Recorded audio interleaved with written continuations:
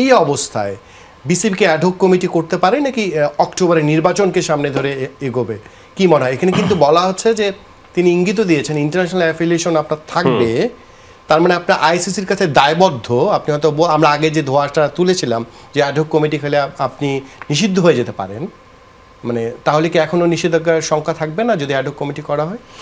আমরা যদি রেফারেন্সটা দেখি যে স্টেটমেন্ট, সম্মাননীয় ক্রীড়া উপদেষ্টার স্টেটমেন্টে কিন্তু তিনটা জিনিস এসেছে।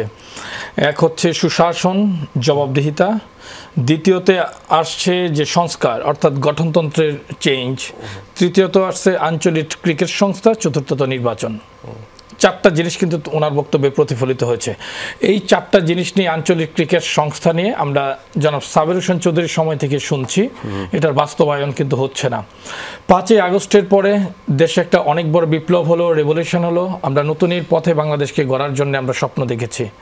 বাংলাদেশ ক্রিকেট বোর্ডে এখন পর্যন্ত সংস্কার এবং স্বপ্ন এটা কোনোটাই কিন্তু আমরা ধারে কাছেও দেখতে পাইনি। কনস্টিটিউশন অ্যামেন্ডমেন্টের জন্য একটা অ্যাডহক কমিটি গঠন করা হয়েছিল, যেই অ্যাডহক কমিটি আসলে এটা আমি যতটুকু বুঝেছি, যদি তাদের এটা সত্য হয়, ওনারা বলছেন যে তারা যে অ্যামেন্ডমেন্টের প্রস্তাবনাগুলো দিয়েছেন এক পর্যায়ে বলছেন যে এগুলো সাংবাদিকদের কাছে কিভাবে পৌঁছালো, এই প্রস্তাবনাগুলো তাদের নয়। এটা যে আমার কাছে যে বইটা আছে মেবি আপনার এখানে, হ্যাঁ। সো এটা কিন্তু সত্যিকার অর্থে আমি যতটুকু জানি এবং বুঝি, কারণ আমি আজকে কাউন্সিলর প্রায় 20 বছর যাবত আমি কাউন্সিলর, হ্যাঁ, 2006 সালের পর থেকে আমি কাউন্সিলর। সো এই যে আবার অ্যামেন্ডমেন্ট যেটা করা হয়েছে এটা কিন্তু আমার কাছে একেবারেই সঠিক বলে মনে হয়নি। এখানে অনেককেই ডিপ্রাইভ করা হয়েছে, আবার অনেককে বেশি পরিমাণে সুবিধা দেওয়ার ব্যাপারও কিন্তু রয়েছে। সো আমরা চাই মাননীয় উপদেষ্টা মহোদয় যেটা বলেছেন, আঞ্চলিক ক্রিকেট সংস্থাকে ক্রিকেটের বিকেন্দ্রীকরণ করা, এবং আমাদের যে ক্লাবগুলো আছে তাদের কিন্তু তাদের যে দীর্ঘদিনের একটা কন্ট্রিবিউশন, সেখানেও কিন্তু আপনার এই জিনিসগুলোকে প্রতিফলিত করতে হবে। সো এখন এই ক্রিকেট বোর্ডের কাছে কিন্তু অনেক বেশ পর্যাপ্ত সময় ছিল এই সংস্কারগুলো করার। অতীত নিয়ে না বলি, যদি হয়ে গেছে ধরেন, এখন কি এই রানিং যারা আছেন তাদের দিয়ে এই স্বপ্নটা বাস্তবায়ন করবেন নাকি অ্যাডহক কমিটি করবেন? এই ক্রিকেট বোর্ডও যদি এখন ক্রিকেট বোর্ডের কনস্টিটিউশন অ্যামেন্ডমেন্ট কিন্তু আপনার এই পরিচালকদের দ্বারা কিন্তু হবে না। এই পরিচালকরা একটা কমিটি গঠন করে দিবেন, এবং কমিটি গঠন করার পর সেই কমিটি অত্যন্ত স্বাধীনভাবে কাজ করবে এবং এই পরিচালনা পর্ষদ এটা অ্যাপ্রুভাল দিবেন, দেন এটা এজিএমে যাবে। আমি মনে করি এই পরিচালনা পর্ষদে যারা আছেন তারা কখনোই চান না এই ক্রিকেট বোর্ডের গঠনতন্ত্র সংস্কার হোক। কাজেই তারা যেহেতু আপনার 5ই আগস্ট থেকে আরেকটি আগস্ট আসতেছে, গত 1 বছরে তারা পারেনি, তাদের কিন্তু প্রচণ্ড চাপের মধ্যে থাকার কথা ছিল। বাট আপনি যদি দেখেন তারা তো চাপ মুক্ত হয়েছেনই, বরঞ্চ অভূতপূর্বভাবে তারা আরও বেশি ক্ষমতাবান হয়েছেন। ক্রিকেট বোর্ড একমাত্র প্রতিষ্ঠান যেখানে 5ই আগস্টের পূর্বের ওরা 5ই আগস্টের পরে এসে আরও একাধিক কমিটি পেয়ে, ততোধিক কমিটি পেয়ে তারা আরও অনেক বেশি ক্ষমতাবান হয়েছেন। সেই ক্ষমতার কেন্দ্রের জন্যই কিন্তু আজকে তারা বোর্ড প্রেসিডেন্ট সহ তাদের মধ্যে একটা সাংঘর্ষিক অবস্থান বিরাজ করছে। আমি সাংঘর্ষিক শব্দটাই বলবো। কিন্তু আপনি বলছেন যে অ্যাডহক কমিটি দরকার নেই, যারা আছে তারা চাইলে এদের দ্বারা দাবিটা আদায় করা যায় না। এখন কিন্তু আর ওই পর্যায়ে নাই, এটা কিন্তু তারা পারতেন, তাদের যদি সততা স্বচ্ছতা থাকতো তারা কিন্তু এটা পারতেন, তাদের হাতে পর্যাপ্ত সময় ছিল। আমি স্পষ্ট জানতে আপনি অ্যাডহক কমিটির দিকে যেতে চান? ডেফিনেটলি আপনার এখন আর তাদের প্রতি তো কারোরই মানুষের বিশ্বাস নাই। আপনি যদি দেখেন, আমার কাছে মনে হয় জনাব ফারুক আহমেদ, উনি বোর্ড প্রেসিডেন্ট আছেন, তাকে এই চেয়ারে রেখেই একটা সুন্দরভাবে অ্যাডহক কমিটি যদি করা যায়, তবে একটা প্রশ্ন কিন্তু আমাদের রাখতে হবে, শুধুমাত্র আমাদের আইসিসির প্রবিধান বা বিধান আমরা যেটাই বলি এটাকে তো অনুসরণ করতেই হবে, এবং আমাদের যে উপমহাদেশ এবং বৈশ্বিক যে আঞ্চলিক রাজনীতি, ক্রিকেটের রাজনীতিকে এই জিনিসটা কিন্তু মাথায় রাখতে হবে। আমার কাছে মনে হয় ক্রিকেট বোর্ড আইসিসির কাছে এরকম একটা প্রস্তাবনা দিতে পারেন যে বাংলাদেশের এই অবস্থা বিরাজ করছেন, যে এখানে রাষ্ট্রীয় কনস্টিটিউশন সহ রাষ্ট্রীয় সকল পর্যায়ে সংস্কার হচ্ছে, ক্রিকেট বোর্ডের সংস্কার প্রয়োজন। সেক্ষেত্রে ক্রিকেট বোর্ডের সিইও অত্যন্ত গোপনীয়তার সঙ্গে আইসিসির মতামত জানতে পারেন অ্যাডহক কমিটি গঠনের জন্য। যদি অফিশিয়ালি তারা এই ব্যাপারে মতামত প্রদান করেন, তখনই আপনি অ্যাডহক কমিটি থেকে আমরা এগিয়ে যেতে পারি। কাইজার বেক্সে যেতে চাই, উনি বলেন যে ওর মতামত নেওয়া যেতে পারে। বর্তমান সরকার আসার পর কিন্তু তারা অতীতের যে কাঠামো আছে সেটাকে ধরে এগোনোর চেষ্টা করেছেন, কিন্তু 8 মাসে সেটা ফেল করেছে। বর্তমান যারা বোর্ডে আছেন তাদের বিরুদ্ধে দুর্নীতি দমন কমিশন তদন্ত করছে শক্তিশালীভাবে। এই অবস্থায় ক্রীড়া মন্ত্রণালয় এনএসসির আন্ডারেই তো ক্রিকেট বোর্ড, এটা অস্বীকার করার পথ নেই সরকারের।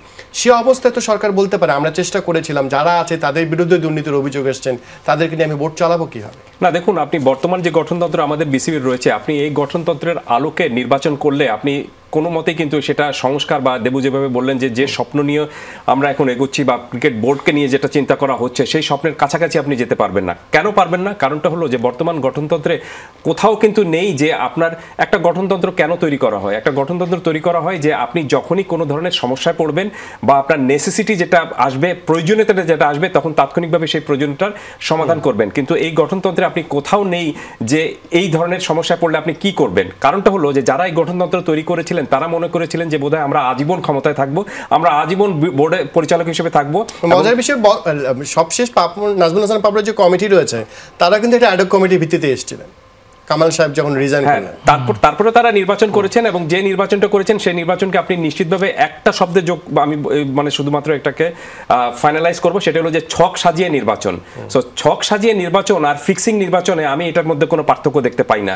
কারণ আপনি যখনই জানবেন যে এই ছকে আপনি এগোলে আপনি নির্বাচিত নিশ্চিতভাবে হতে পারবেন, আপনার প্রতিপক্ষ কেউ সামনে দাঁড়াতে পারবে না, তখন সেই নির্বাচনের কোনো মানে হয় না। নির্বাচন হবে প্রতিদ্বন্দ্বিতাপূর্ণ। নির্বাচনের আগে যদি আপনি জেনে যান যে আমি তো ইলেক্টেড হচ্ছি এখানে, তাহলে আর নির্বাচন করার কোনো মানে হয় না। আপনিও কি অ্যাডহক কমিটির দিকে যেতে চান? আমার মনে হয় যে যেহেতু আপনি এই বোর্ড, আপনি যেটি আমি বললাম যে 25 সদস্যের একটা বোর্ড ছিল, সেই বোর্ডের 15 জন পালিয়ে গিয়েছেন অথবা 15 জন অন্যের মধ্যে অনেকে পদত্যাগ করেছেন, অনেকে আসেননি, তাদেরকে খুঁজে পাওয়া যাচ্ছে না, এবং 8 জন ছিলেন, সেখানে 2 জন আরো বেড়েছেন। এবং এই বোর্ড গত 8 মাসে যেভাবে চলার কথা ছিল সেরকম ভাবে চলেনি, এবং যে পরিবর্তন করার কথা ছিল সেই পরিবর্তনও হয়নি। তার মানেটা হলো যে দে আর নট ক্যাপেবল। মানে যারা 8 জন ছিলেন তারা ক্যাপেবল না, এবং তারা তাদের যে কাজ দায়িত্ব যেটা দেওয়া ছিল বা করার বিষয়টা ছিল সেটা তারা করতে পারেননি। আমি আপনাদের দুজনের কথা একটা সাম আপ যদি টানি, যে নাজমুল হাসান, ফাহিম স্যার এবং একই সঙ্গে যদি ফারুক আহমেদ, এই দুইজনকে রাখায় নতুন অ্যাডহক কমিটি দিতে বলছেন আপনারা, রাইট? এবং আমি মনে করি যে এটা তারা যখন এসেছিলেন তখনই এটা 15 দিনের মধ্যে এই সিদ্ধান্তটা তাদের নেওয়া উচিত ছিল, কিন্তু তারা সিদ্ধান্তটা নেননি। এক ধরনের যেটা বলা হচ্ছিল যে আইসিসি বোধহয় আমাদেরকে নিষিদ্ধ করে দিবে, আইসিসির মধ্যে থেকে আমাদের এক ধরনের বাধা আসতে পারে। আর তার চেয়ে বড় বিষয়টা হলো যে তখন বোর্ড আপনার আইসিসির প্রেসিডেন্ট হিসেবে ছিলেন ভারতীয় আপনার জয় শাহ।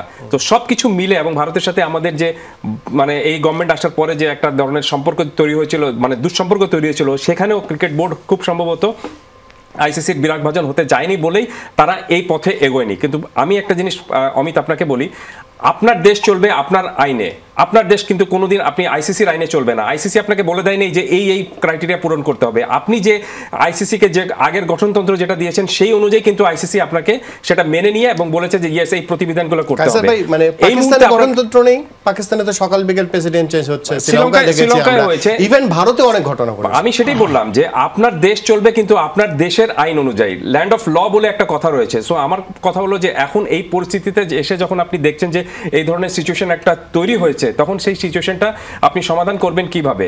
যেটা দেবু বললেন যে আইসিসির সাথে আপনি যদি কানেক্টিভিটিটা এরকমভাবে করতে পারতেন, আইসিসির সাথে যদি যোগাযোগটা এভাবে করতে পারতেন এবং বলতে পারতেন তাকে যে এই সিচুয়েশন তৈরি হয়েছে, এখন আমাদেরকে এই জিনিসগুলি একটা মানে ব্যবস্থা নিতে হবে, তো আমরা এটা নিতে যাচ্ছি, তোমাদের মতামতটা কি? এই মতামতটা নিয়ে যদি আপনি একটা অ্যাডহক কমিটি করতে পারতেন, আমার মনে হয় না যে আইসিসি এখানে খুব বেশি বাধা দিত। আর সবচেয়ে বড় বিষয়টা হলো যে অ্যাডহক কমিটি মিনস এটা না যে আপনি 4 বছর ক্ষমতায় থাকবেন। অ্যাডহক কমিটি খুব বেশি হলে আপনার 3 মাস আপনার থাকার পরে 3 মাস থাকার পরে আপনি একটা নির্বাচন দেয়। আপনি 3 মাসের পরে হয়তো একটু বাড়াতে পারলেন, আপনি 6 মাস করলেন। যদি আপনার কাছে মনে হয় যে আপনি সার্বিকভাবে যে ছক সাজিয়ে নির্বাচন বা 2 নম্বরই উপায় করে কাউন্সিলর সেজে এসে নির্বাচন করে আমি জিতে গেলাম, সেই ধরনের প্রক্রিয়া থেকে যদি আপনি বের করতে পারেন এবং যে সুষ্ঠু নির্বাচনের কথা বলছেন, যে প্রতিদ্বন্দ্বিতা এবং প্রতিযোগিতামূলক নির্বাচনের কথা বলছেন, সেই ইকুয়েশনে যদি আপনাকে আসতে হয়, তাহলে বর্তমানে যে আপনার গঠনতন্ত্র রয়েছে এই গঠনতন্ত্রের আলোকে আপনি আপনাদের দুইজনের কথা এটা খুবই পরিষ্কার যে গঠনতন্ত্র পরিবর্তন করতেই হবে, এটার কোনো বিকল্প কিছু নেই।